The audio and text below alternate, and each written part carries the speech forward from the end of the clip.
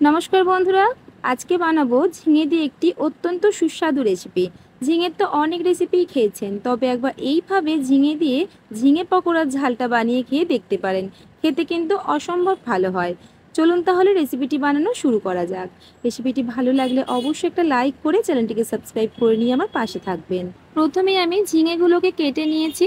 ঠিক এইভাবে খোলা ছাড়িয়ে একটু বড় করেই দুটো করে টুকরো করে কেটে নিয়েছি। এবার একটা ব্যাটার তৈরি করে নেব। একটা বাটির মধ্যে নিয়ে নিচ্ছে আমি 3 চামচ পরিমাণে বেসন। বেসনের পরিমাণটা একটু কম বেশি হতে পারে, ঝিঙের পরিমাণ অনুযায়ী কিন্তু আপনারা বেসনটা নিয়ে নেবেন। দিয়ে দিলাম স্বাদ মতো লবণ, সামান্য একটু হলুদের গুঁড়ো আর একটু লাল লঙ্কার গুঁড়ো। ভালো করে মিশিয়ে নিয়ে অল্প অল্প জল দিয়ে একটা মিডিয়াম ঘনত্বের ব্যাটার করে নেব। ব্যাটারটা কিন্তু খুব পাতলাও হবে না, আবার খুব ঘনও হবে না। একটা মিডিয়াম ঘনত্বের ব্যাটার তৈরি করে নিতে হবে।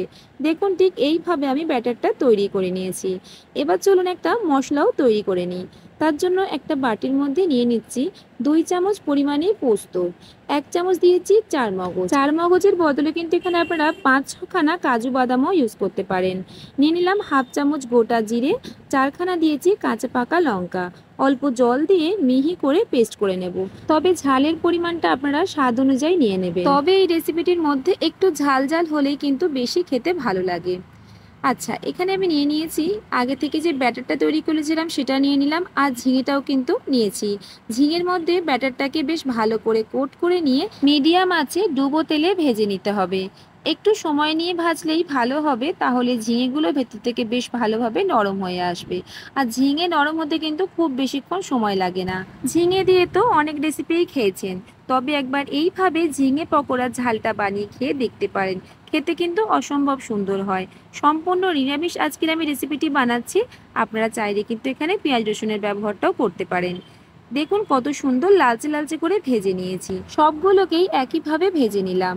এইগুলো কিন্তু এমনি শুধু শুধু খেতেও বেশ ভালো লাগবে। এবার গ্যাসের ওভেনে একটা কড়াই বসিয়ে নিয়ে নিলাম 2 থেকে 3 টেবিল চামচ পরিমাণে সাদা তেল।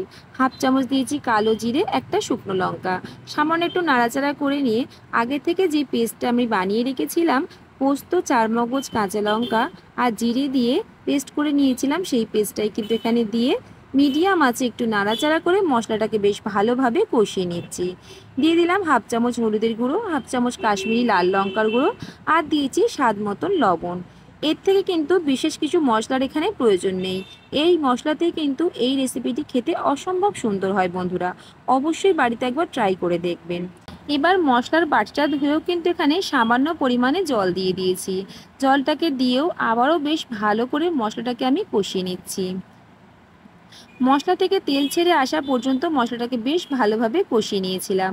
দিয়ে দিলাম সামান্য একটু চিনি। যে কোনো রেসিপির স্বাদটাকে ব্যালেন্স করতে অবশ্যই একটু চিনি দিলে ভালো হয়। চাইলে কিন্তু আপনারা এখানে নাও দিতে পারেন। দিয়ে দিলাম এবার 2 বাটি পরিমাণে জল। খুব বেশি কিন্তু জল দিতে লাগবে না, এখানে আমি 2 বাটি জল ইউজ করেছি। এবার দেখুন বেশ ভালোভাবে বলক চলে এসছে। একে একে ভেজে রাখা ঝিঙে পকোড়াগুলো এইখানে দিয়ে দিলাম। এবার ভালো করে একটু নাড়াচাড়া করে মিশিয়ে নিচ্ছি। সমস্ত রেসিপিটি কিন্তু আমি মিডিয়াম আঁচেই করেছি। এবার মিডিয়াম আঁচে একটু ভালো করে ফুটিয়ে নেব। খুব বেশিক্ষণ ফোটাতে লাগবে না, খুব তাড়াতাড়ি কিন্তু এটা জলটাকে সোপ করে নেবে। দেখুন হয়েই গেছে রেসিপি। নামানোর আগে কয়েকটা কাঁচা লঙ্কা দিয়ে দিচ্ছি। ব্যাস, আমার আজকের রেসিপি কিন্তু একেবারেই তৈরি। ঝিঙে পকোড়ার ঝাল একবার গরম ভাতের সাথে এই রেসিপি থাকলে কিন্তু আর কিছুই লাগবে না।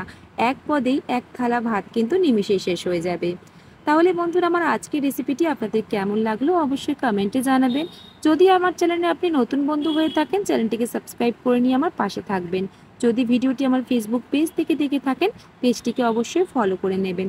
আজকের মতন তাহলে আসি, আবারও দেখা হচ্ছে অন্য কোনো রেসিপির সাথে। ভালো থাকবেন, সুস্থ থাকবেন।